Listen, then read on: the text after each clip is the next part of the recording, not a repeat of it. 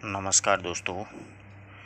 पिछले वीडियो में अपन ने यहाँ तक पढ़ लिया था कि महादेवी वर्मा के यामा में कौन सी रचनाएं संकलित हैं।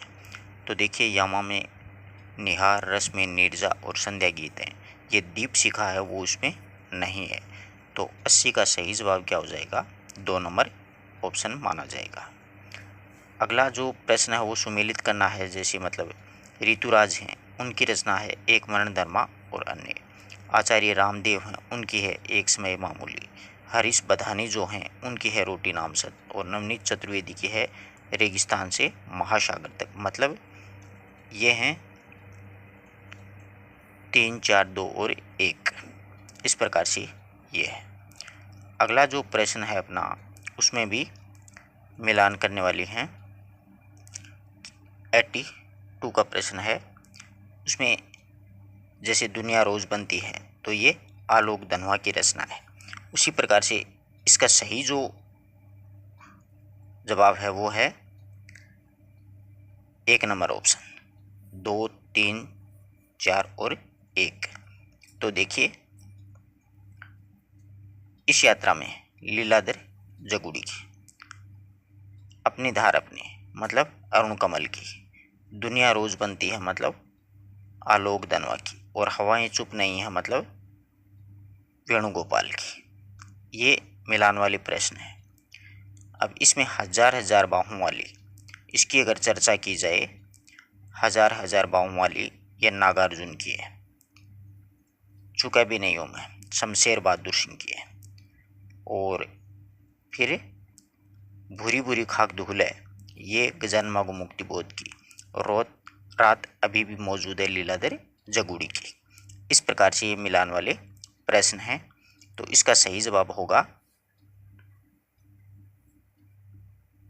2 नंबर ऑप्शन है। फिर इसके अलावा अगला जो प्रश्न है वो है प्रयोगवाद के संबंध में। प्रयोगवाद के संबंध में मतलब कौन सा कथन असंगत है।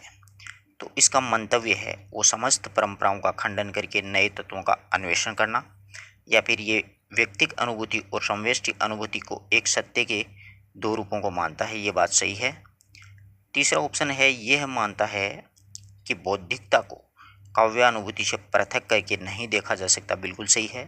यह मानता है कि विषय वस्तु की नवीनता ही उसके शिल्प को एक नया आकार देती है, देने के लिए बाध्य करेगी। ये भी सही है। इसका 1 नंबर जो ऑप्शन है वो असंगत है। इनका मंतव्य समस्त परंपराओं का खंडन करके नए तत्वों का अन्वेषण करना नहीं है, यानी समस्त परंपराओं को ये खंडन नहीं करते हैं, कुछ एक जो परंपराएं हैं उनका खंडन करते हैं। ये पंक्ति बहुत ही प्रसिद्ध है कि तरनी तनुजा तट तमाल तरवर बहुए छाए, झुके कुल सो जल परसन हित मनहु सुहाय। यानी इस पंक्ति के रचयिता कौन है? तो भारतेंदु बाबू हरिश्चंद्र। ध्यान रखिएगा इस बात का। भारतेंदु बाबू हरिश्चंद्र के व्यक्तित्व और कर्तृत्व के बारे में विवरण, मतलब एक पंक्ति इसमें गलत है कि वे साहित्य अनुरागी और कोमल हृदय के व्यक्ति थे। बिल्कुल सही है। वैष्णव धर्म के लिए उन्होंने तदीय समाज की स्थापना की। सही है। साहित्य में उन्होंने गद्य और पद्य अनेक विधाओं तक उनका फैलावा। सही है। वे प्राचीन परंपराओं से पूर्ण उपेक्षा करके एक नवीन को पूर्णतः अंगीकार किया है। ये इसमें गलत है, मतलब यह वाला उत्तर इसका सही माना जाएगा। अब अगला जो प्रश्न है वो है कि आचार्य शुक्ल ने अंग्रेजी ढंग का हिंदी का पहला मौलिक उपन्यास, आई थिंक सभी को पता होगा, परीक्षा गुरु को ही माना है, जो लाला श्रीनिवास दास के द्वारा लिखित है। भारतेंदु जी जिस प्रकार से वर्तमान गद्य भाषा के स्वरूप के रूप में प्रतिष्ठित हैं, उसी प्रकार वर्तमान साहित्यिक परंपरा के ये क्या हैं? प्रवर्तक भी माने जाते हैं। यह कथन है भारतेंदु बाबू हरिश्चंद्र के लिए गुलाब राय जी के द्वारा कहा गया है। नहीं, रामचंद्र शुक्ल के द्वारा कहा। सॉरी, ये कथन किसका है? आचार्य शुक्ल का है भारतेंदु बाबू हरिश्चंद्र के लिए, कि भारतेंदु जी जिस प्रकार से वर्तमान गद्य भाषा के स्वरूप प्रतिष्ठित थे, उसी प्रकार से वर्तमान साहित्यिक परंपरा के प्रवर्तक थे। तो ये आचार्य शुक्ल का कथन है। अगला देखिएगा, प्रकाशन स्थान की दृष्टि से असंगत है, यानी भारत मित्र कहाँ से निकलता था?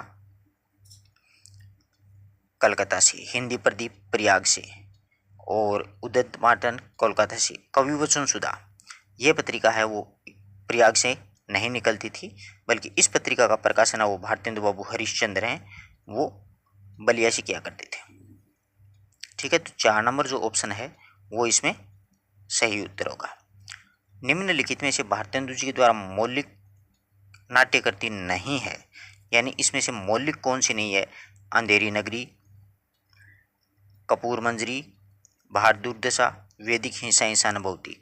तो ध्यान रखिएगा, भारतेंदु बाबू हरिश्चंद्र के द्वारा 8 अनुदित और 9 मौलिक नाटकों की रचना है वो की गई है। तो इसमें मौलिक नाटक है ना वो अंधेरी कपूर मंजरी है वो नहीं है।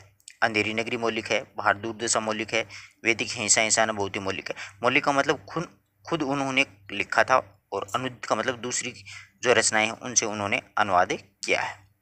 ठीक है, तो इसका सही जवाब जो होगा वो कपूर मंजरी होगा। फिर अगला प्रश्न देखिएगा आप लोग, ये कि रंग दर्शन के रचनाकार कौन है? बहुत ही अच्छा प्रश्न है।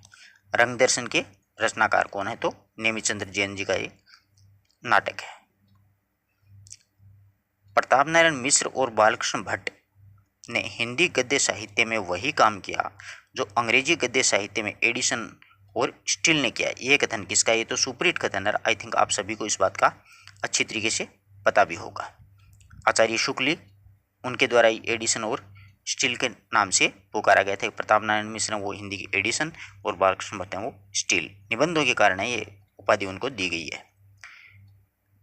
निम्नलिखित में से निबंध संग्रह मतलब विद्यानिवास मिश्र का इनमें से कौन सा नहीं है? तो ध्यान रखिएगा, विद्यानिवास मिश्र के हैं, तो इसमें मतलब मिलान करना है कि कौन कौन से इसमें विद्यानिवास मिश्र के जो निबंध हैं वो हैं। तो चितवन की छाए बहुत ही प्रसिद्ध है इनका। तुम चंदन हन पानी बिल्कुल सही है। कदम की फूली डाली, तो ध्यान रखिएगा एस है और ये जो दे रखा है वो वाले इसमें मतलब 4 नंबर ऑप्शन इसमें क्या हो जाएगा? सही माना जाएगा। तो विद्यानिवास मिश्र हैं, उनके द्वारा चितवन की चाय, तुम चंदनम पानी और कदम की फूली डाली। ये देखो नया तरीका अपना लिया है परीक्षक ने, एग्जामिनर ने, कि किस तरीके से पेपर में प्रश्न देने हैं। यहाँ पर विद्यार्थी एक्चुअल में गलती क्या करता है देखिएगा, एग्जाम हॉल में ये होता है कि विद्यानिवास मिश्र का निबंध संग्रह चितवन की छाया बात खत्म, यहीं पर इसको टिक लगा देता है। ये नहीं देखता है कि नीचे और भी कुछ दिया हुआ है। ये बात काफ़ी महत्वपूर्ण है। वर्तमान जो परिप्रेक्ष्य में पेपर बन रहे हैं वो इसी ढंग से आ रहे हैं। अगला देखिएगा,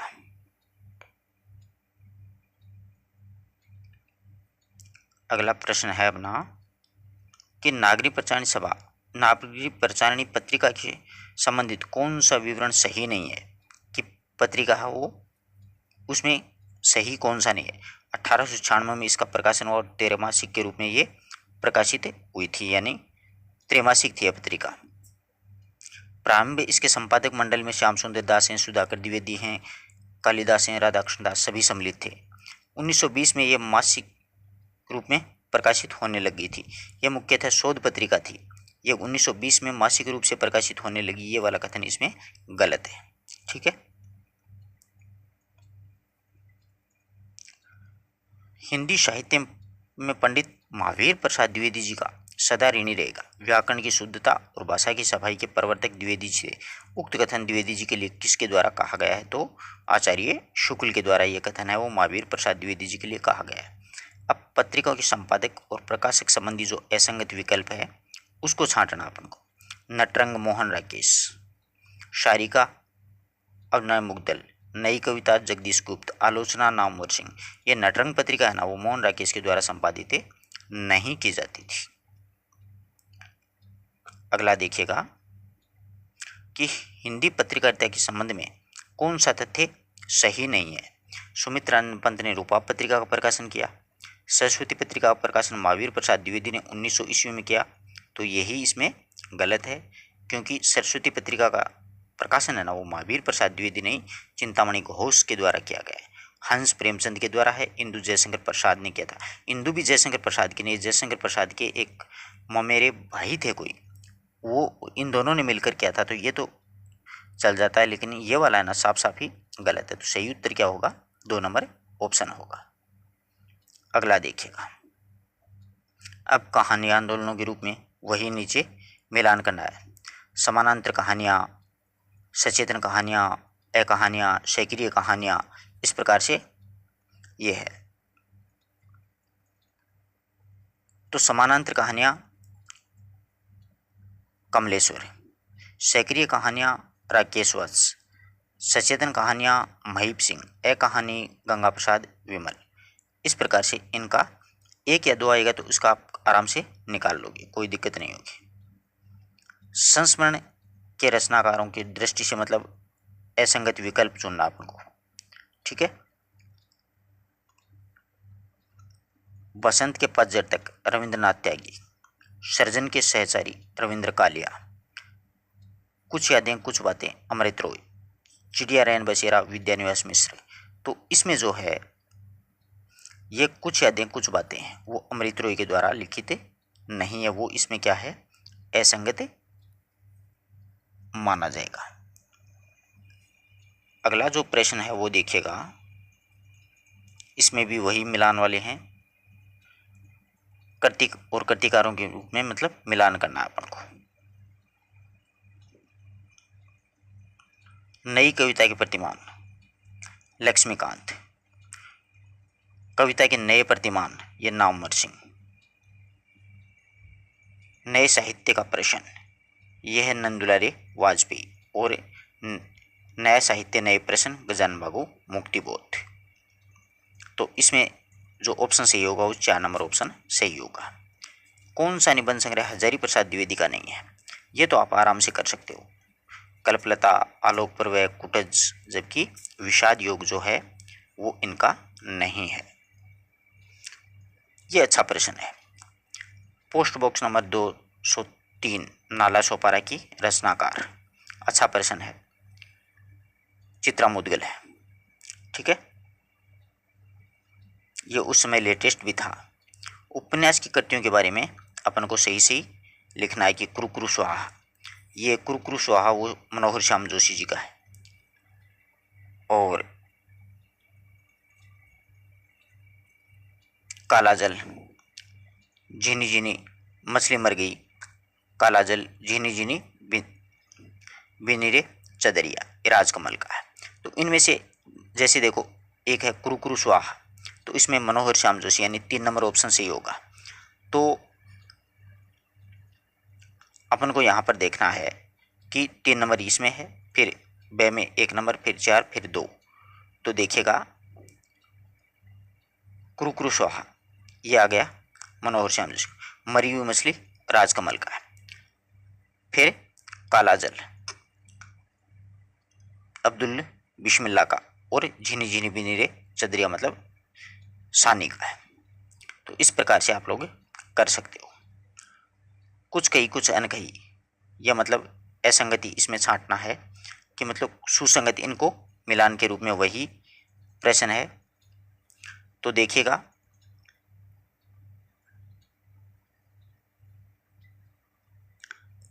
कुछ कही कुछ अनकही मतलब ये होगी शीला झुंझुनू वाली है ना, उनकी है। फिर उसी प्रकार से मैं मुड़ मुड़ के देखता हूँ राजेंद्र यादव की है। फिर उसी प्रकार से अपने अपने पिंजरे मोहनदास नेमिषराय की है, और कस्तूरी कुंडल बसे मैत्रेयी पुष्पा की रचना है। इनको मिलान के रूप में इस प्रकार से करने हैं। जितने भ्रम और जितनी सावधानी से ये संपादित हुआ है, आज तक हिंदी का कोई भी ग्रंथ नहीं हुआ। आचार्य शुक्ल ने उक्त कथन किसके बारे में कहा है, ये कथन है वो बिहारी रत्नाकर के बारे में कहा है। बहुत ही प्रसिद्ध कथन है ये आचार्य शुक्ल का। बिहारी रत्नाकर जो है वो बिहारी सच्चाई पर बाबू जगन्नाथ दास रत्नाकर के द्वारा लिखी गई सबसे प्रामाणिक टीका है, ठीक है ना। आचार्य शुक्ल के जो इतिहास है उसमें ये हूबहू यूं क्यों उठाई हुई पंक्ति है। फिर अगला देखिएगा आप लोग, ये वही विकल्प है स्मृति के झरोखे में, मतलब इसमें असंगत के रूप में छांटना है। तो स्मृति के झरोखे में भारत भूषण अग्रवाल, महामानव महापंडित मदन मोहन मालवीय, वटवृक्ष की छाया अमृतलाल नागर, और मरुभूमि का वह में घनश्याम दास बिरला। महामानव महापंडित ये राहुल सांस्कृत्यायन के रूप की जीवनी के है, यह मदन मोहन मालवीय नहीं है। एक बूंद सहसा उछली, ये तो आगे का यात्रावत संस्मरण है। इनमें से कौन सा कथन सही नहीं है? तो पहला गिरमिटिया गांधी जी के द्वारा दक्षिण अफ्रीका में चलाई गई सत्याग्रह का आंदोलन सही है, और खंजन नैन अमृतलाल नागर का सूरदास के जीवन पर अपने अपने अजनबी की मुख्य समस्या स्वतंत्रता के वर्ण है। अर्धनारी विष्णु प्रभाकर जो हैं उनमें स्त्रियों का महामंडित किया, ये वाला इसमें सही नहीं है। नाट्य कृतियों और नाटकों की सुसंगत के रूप में छांट करके वही मिलान करना है। तो खजुराहो का शिल्पी, तो खजुराहो का शिल्पी है शंकर शेष का। कर्फ्यू लक्ष्मी नारायण लाल का। दुलारीबाई मणि मधुकर का। ख्याल भारमल्ली है हमीदुल्ला का। फिर उसी प्रकार से अगला जो प्रश्न है वो कहानी और कहानीकारों के बच वही सुमेलित वाले कुछ ज़्यादा ही दे दिए इसमें। तो देखिए, छोटी छोटी ताजमहल, मलबे का मालिक मोहन राकेश, छोटे छोटे ताजमहल राजेंद्र यादव, लंदन की एक रात निर्मल वर्मा, खोई हुई दिशाएं कमलेश्वर, इनका है ये। निम्नलिखित में से रचनाकार जो हैं उनको तत्संबंधी विधा में सुमेलित करना है। अरे यावर रहेगा याद, यानी ये किस प्रकार की विधा है? अच्छा प्रश्न है। परीक्षा की दृष्टि से इस प्रकार के प्रश्न हर एक के मतलब बस की बात नहीं होती है। तो चेतना की बिंब, ये संस्मरण है। अरे यावर रहेगा यात्रावाद साहित्य है। प्रेमचंद घर में जीवनी है। मेरी जीवन यात्रा आत्मकथा है। बहुत ही शानदार प्रश्न है। अगला देखिएगा, ये वही सुमेलित वाला ही चल रहा है कि इसमें तो सीधा सीधा ही सुमेलित का कर लिया। मंजुल भगत, अंतिम बयान, सूर्यबाला, यामिनी कथा, कुसुम अंचल, जलसागर, और उषा किरण खान का है धुएं की ईमानदारी। ठीक उसी प्रकार से कौन सा कथन सही नहीं है? इसमें आचार्य प्रसाद द्विवेदी जी के कुछ उपन्यासों से बनाए गए कथन हैं। तो बाणभट्ट की आत्मकथा पूर्णतः कल्पना आश्रित उपन्यास है। चारूचंद्र लेख जो वो गहवार नरेश जयचंद की पराजय के बाद समय पर लिखा गया चित्रित है। पुनर्वास समुद्रगुप्त के समय को उपन्यास के विषय के बारे में जानकारी। ऐनामदास को पोथा है उपनिषद काल की काल्पनिक रचना है। इसमें जो है वो बाणभट्ट की आत्मकथा पूर्णतया कल्पना आश्रित नहीं है। ये पूर्णतया कुछ कल्पना का सहारा जरूर लिया गया परंतु पूर्णतया नहीं है। ये वाले प्रश्न आने के पूरे चांसेस हम की बार व्याख्या था वर्दी में कि प्रकाशन वर्ष की दृष्टि से प्रेमचंद जी के उपन्यास जो हैं वो सही बताओ। तो सेवा सदन, रंगभूमि, क्रमभूमि और गोदान। ठीक है, सबसे पहले सेवा सदन हुआ, फिर रंगभूमि, फिर क्रमभूमि, फिर गोदान। 4 नंबर ऑप्शन सी होगा। ठीक उसी प्रकार से नाबादास के भक्तमाल के संबंध में कौन सा कथन सही नहीं है? ये सही नहीं वाला जो है वो स्पेशली पढ़ना अपन को परीक्षा में। अपन सही तक ही रहते हैं, नहीं है यानी कौन सा इसमें सही नहीं है। असंगत पूछा अपन को, सीधा सीधा दे देता तो बढ़िया रहता, परंतु प्रश्न में ही संशय रखते हैं आजकल। तो इसमें नाभादास की जो रचनाएं हैं उनके बारे में अपन को पूछा है। तो ये भक्तिकालीन जो हैं उन भक्तों के संबंध में एक प्रामाणिक जानकारी मानी जाती है, सही है। दूसरी, पूर्वार्ध में कलयुग से पहले भक्तों का उल्लेख किया गया, सही बात है। इतिहास की दृष्टि से उत्तरार्ध अधिक महत्वपूर्ण है। उत्तरार्ध में मध्यकालीन भक्त संतों का विस्तृत जीवन वृत्त है वो दिया गया है। उत्तरार्ध में नहीं, वो पूर्वार्ध में ही इसमें दे दिया गया है। और 200 जो कवि हैं, 200 कवि लेखकों का परिचय भक्तमाल में अपन को मिलता है। अगला है कौन सा विवरण सही नहीं है? वही बात है कि सही इसमें नहीं है, यानी इतिहास जो ग्रंथ हैं उनको लेकर के लिखा गया है। तो देखिए, गारसाजतासी ने अपने जीवन ग्रंथ में कवियों के कालक्रम अनुसार प्रस्तुत किया है। नहीं, उसमें वर्णानुसार ही प्रस्तुत किया है, ये वाला इसमें सही हो जाएगा। शिवसेन सिंह ने लगभग 1000 कवियों का जीवन चरित्र, कविताओं के उदाहरण वगैरह प्रस्तुत किए, सही है। जॉर्ज अब्राहम ग्रियर्सन का जो इतिहास ग्रंथ है उसका अनुवाद हिंदी साहित्य का प्रथम इतिहास शीर्षक से प्रकाशित हुआ। जॉर्ज ग्रियर्सन ने कवियों और लेखकों का कालक्रमानुसार वर्गीकरण किया, ये बात सही है। 1 नंबर जो ऑप्शन है इसमें वो वाला संगत नहीं है इसमें, क्योंकि गार्सा तासी हैं उन्होंने कवियों को काल कर्मानुसार नहीं करके वर्णाक्रम अनुसार किया था, यानी अल्फाबेट में ए बे से दे इस हिसाब से, ठीक है ना। तो इसमें पहला अंगद था और अंतिम जो कवि था वो हेमंत था। अब अगला प्रश्न देखिएगा, इतिहास का इतिवर्तात्मक लेखन सबसे पहले मिस्र बंधुओं के विश्व बंधु विनोद में पाया जाता है। ये उक्ति किसके द्वारा कही गई है? तो ये उक्ति राम कुमार वर्मा है, उनके द्वारा कही गई है। अगला प्रश्न देखिएगा, मिस्र बंधु विनोद के संबंध में कौन सा विवरण सही नहीं है? इसमें क्या है कि अनेक कवि जो अज्ञात हैं वो प्रकाश में लाए गए हैं और उनके साहित्यिक महत्व का मूल्य आंका गया है। इसके प्रथम 3 जो भाग हैं वो तो 1970 विक्रमी संवत है ये, और चौथा 1991 विक्रमी संवत में प्रकाशित हुआ, और चतुर्थ भाग साहित्य के वर्तमान काल को संबंधित है, और चौथा ऑप्शन है इसके चारों भागों में लगभग 3000 कवियों का विवरण है। इसमें 3000 कवियों का नहीं है, इसमें तो 5000 कवियों का विवरण दिया गया है। ठीक ठीक पूछो तो 4591 कुछ ऐसे हैं, ठीक है, 4591 कवियों का, लगभग 5000। इस पुस्तक की जो भाषा है उसको कवि ने स्वयं अवट कहा, और बीच बीच में मैथिली भाषा का प्रयोग आ गया।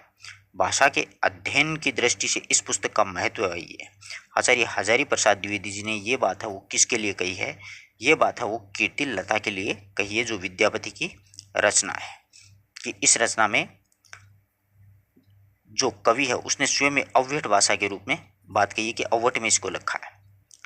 अगला प्रश्न है कि साधारणतया सन 1900 ईस्वी में 10वीं से लेकर के 14वीं शताब्दी तक के काल को हिंदी साहित्य का आदिकाल कहा जाता है। हिंदी के आरंभिक काल विषय का यह कथन किस आलोचक के द्वारा कहा गया है? तो ये भी हजारी प्रसाद द्विवेदी हैं, उन्होंने यानी 10वीं से लेकर के 14वीं शताब्दी तक के काल को हिंदी का आदिकाल कहा है। अगला जो प्रश्न है वो है कि काल प्रवृत्ति का निर्णय प्राप्त ग्रंथों की संख्या के द्वारा नहीं निर्णित हो सकता, बल्कि इस काल की मुख्य प्रेरणादायक वस्तु के आधार पर ही हो सकता है। यह कथन किसका है? यह कथन हजारी प्रसाद द्विवेदी जी का ही कहा गया है। अपभ्रंश में कवियों को विस्मरण करना हमारे लिए हानि की वस्तु है। यही कवि हिंदी काव्यधारा के प्रथम सृष्टा रहे थे। यह कथन किसका है? यह कथन राहुल सांस्कृत्यायन का है। अपभ्रंश के साहित्य का अगर अध्ययन ढंग से किया था तो वो राहुल सांस्कृत्यायन जी के द्वारा किया गया। असंगत चुनना इसमें मतलब हिंदी साहित्य के इतिहासों की पुस्तकों के बारे में दिया गया है। तो हिंदी साहित्य का दूसरा इतिहास तो बच्चन सिंह का है। हिंदी साहित्य का 20वीं शताब्दी बाबू श्याम सुंदर दास, ये गलत है। हिंदी साहित्य का इतिहास लक्ष्मी सागर वाणेश्वर ने लिखा था। हिंदी साहित्य का आलोचनात्मक इतिहास डॉक्टर राम कुमार वर्मा के द्वारा लिखा गया था। तो 2 नंबर ऑप्शन है वो गलत है। नागरिक प्रचारण सभा के द्वारा प्रकाशित हिंदी साहित्य का वृहद इतिहास के प्रथम भाग का शीर्षक क्या था? बहुत अच्छा प्रश्न है। तो इसका शीर्षक था हिंदी साहित्य की पीठिका। क्या था? हिंदी साहित्य की पीठिका। अगला प्रश्न देखिएगा, मैं इस्लाम के महत्व को भूल नहीं रहा हूँ। आई थिंक ये बात आप आराम से समझ गए होंगे प्रश्न को देखते ही। ये हजारी प्रसाद द्विवेदी जी के द्वारा कही गई बात है कि मैं इस्लाम के महत्व को भूल नहीं रहा हूँ, बल्कि जोर दे करके कहना चाहता हूँ कि अगर इस्लाम भारत में न भी आया होता तो भक्ति साहित्य का बाहर आना वैसा ही होता जैसा आज है। भक्ति आंदोलन के लिए हजारी प्रसाद द्विवेदी जी का ये बहुत प्रसिद्ध कथन है। इतिहासकारों के मानने और हिंदी के प्रथम कवि के रूप में जो है वो पूछा है कि किसने किसको क्या माना है।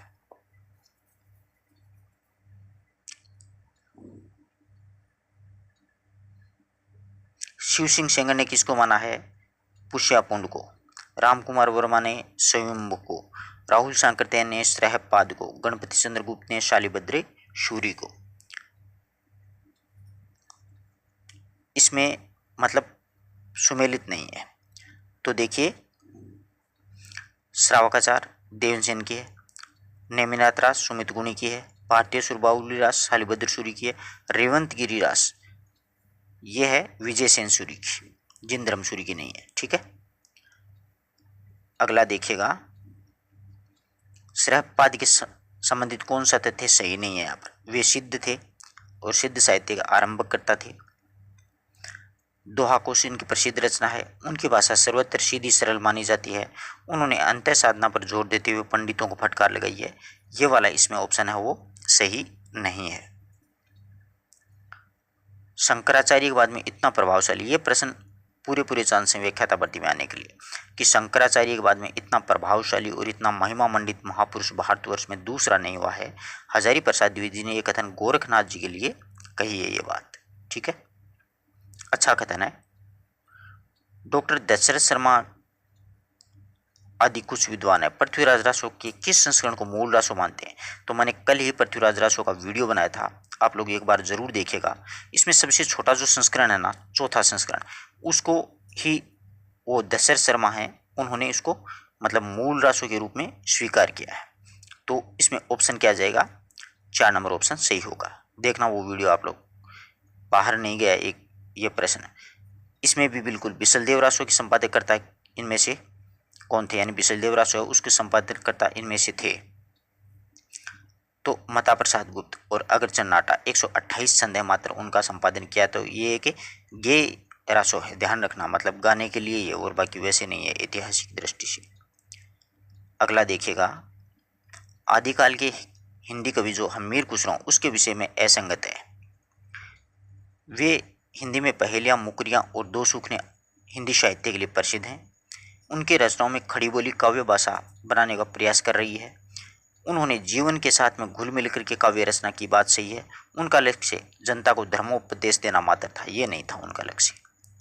जनता को मतलब मनोरंजन करना भी था उनका लक्ष्य। आचार्य शुक्ल के अनुसार किस रचना के आधार पर विद्यापति मैथिली कोकिला कहा गया है। तो ये तो बात स्वाभाविक से है, पदावली के लिए प्रसिद्धि है इनकी। अगला देखिएगा, विवरण सही नहीं है इसमें।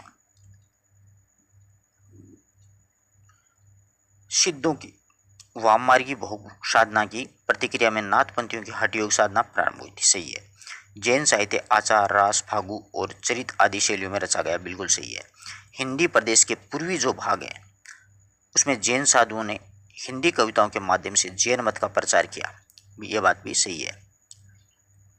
और सिद्ध साहित्य बौद्ध धर्म की वज्रयान उपशाखा से विकसित हुआ था, ये बात भी सही है। इसमें हिंदी प्रदेश के पूर्वी भाग में जैन साधुओं ने हिंदी कविताओं के माध्यम से जैन मत का प्रचार किया, ये वाला इसमें गलत है, क्योंकि पूर्वी जो प्रदेश था उसमें सिद्ध थे न कि जैन थे। अगला देखिएगा, आदि से अंत तक उनकी चित्रवृत्तियों की परंपरा को परखते हुए साहित्य परंपरा के साथ में उनका सामंजस्य दिखाना ही साहित्य का इतिहास कहलाता है। ये स्थापना किसके द्वारा दी गई, यानी ये साहित्य की परिभाषा किसने दी थी। तो ये साहित्य की परिभाषा है वो आचार्य शुक्ल के द्वारा दी गई है कि जनता की चित्रवृत्तियों को। इस संबंध में उसके अतिरिक्त और कुछ कहने की जगह नहीं है, ये पूरा ही ग्रंथ वास्तव में जाली है। पृथ्वीराज रासो के विषय में ये बात है वो आचार्य शुक्ल के द्वारा साफ साफ कही गई है। इस ग्रंथ में श्रृंगार की ही प्रधानता है, वीरस की किंचित आभास मात्र है। तो शुक्ल ने ये बात है वो किसके लिए कही है, ये बात बिसलदेव रासो के लिए कही है कि इसमें श्रृंगार की ही प्रधानता। वास्तव में वीर का तो मतलब थोड़ा सा ही फूट है। वे सांप्रदायिक शिक्षा मात्र हैं, अतः शुद्ध साहित्यिक की कोटि में नहीं आ सकती। सिद्धों, नाथों, योगियों आदि की रचनाओं के विषय में ये मत है वो भी आचार्य शुक्ल ने कहा था, इसलिए इन रचनाओं को आचार्य शुक्ल ने अपने हिंदी साहित्य के इतिहास में आदिकाल में शामिल नहीं किया था। राउलवेल के विषय में कौन सी कथन है, कौन सा तथ्य है सही नहीं है। तो राउलवेल रोड़ा नामक के कवि के द्वारा लिखी गई है। यह मूलतः शिलांकित करती है, गद्य पद्य चंपू है।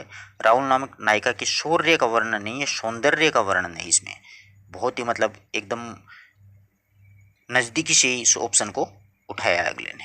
ध्यान रखना वो शौर्य नहीं है, सौंदर्य है।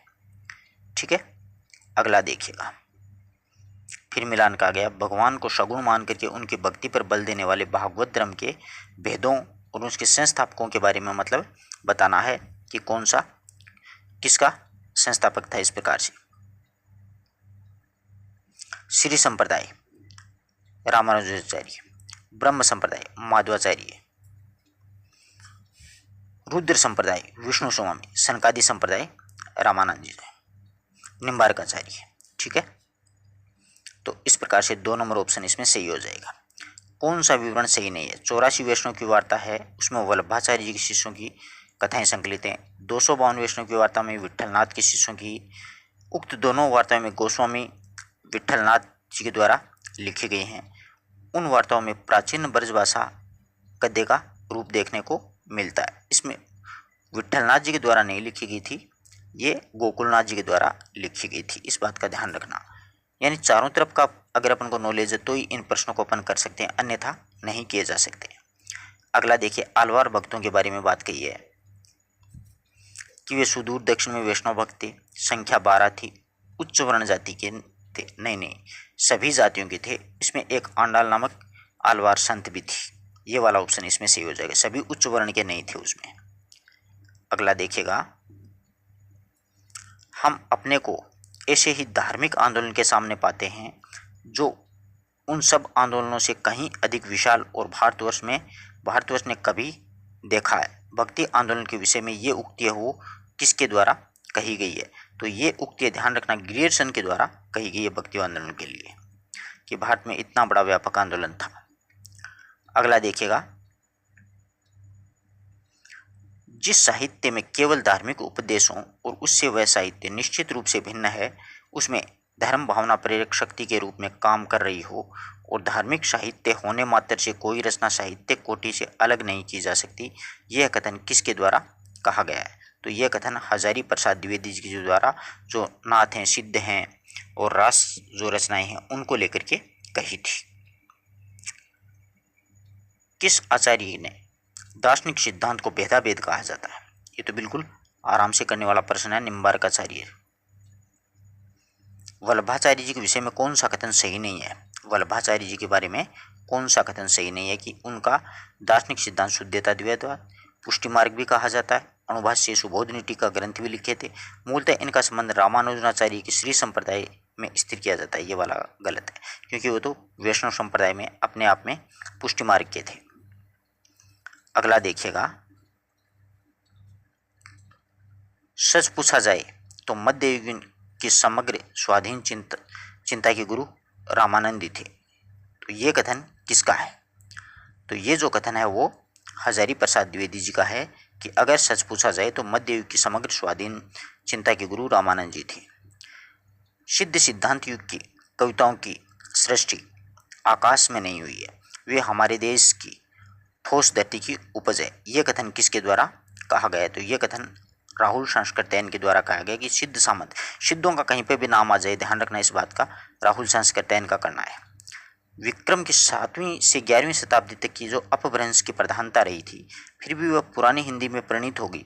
हिंदी के प्रारंभिक काल की भाषा के बारे में यह कथन किसके द्वारा कहा गया है? तो यह कथन चंद्र दशमा गुल्लेरी। पुरानी हिंदी का नाम आते ही स्पेशली ध्यान रखना गुल्लेरी जी का ही ज़्यादातर मतमतांतर रहा है।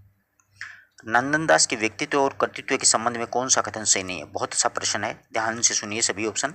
कि गोस्वामी विट्ठलनाथ के शिष्य थे, अष्टसाप के कवियों में सर्वाधिक प्रसिद्ध थे और उनकी सर्व उत्कृष्ट रचना रास पंचायती भंवर गीत है, और रस मंजरी जो है वो नायिका के भेद से संबंधित है। ये अष्टसाप के कवियों में सर्वाधिक प्रसिद्ध नहीं थे, प्रसिद्ध तो सूरदास जी थे। इस प्रकार से अपन ने 150 प्रश्नों का अध्ययन किया 2 वीडियो के माध्यम से। अगर आपने पिछला वीडियो नहीं देखा तो इसी वीडियो के डिस्क्रिप्शन में आपको लिंक मिलेगा, वहाँ से आप वो वीडियो देख लीजिएगा। साथ में टेलीग्राम चैनल ज्वाइन कर लीजिएगा, जिससे कि आपको PDF वगैरह उपलब्ध हो सके। धन्यवाद दोस्तों।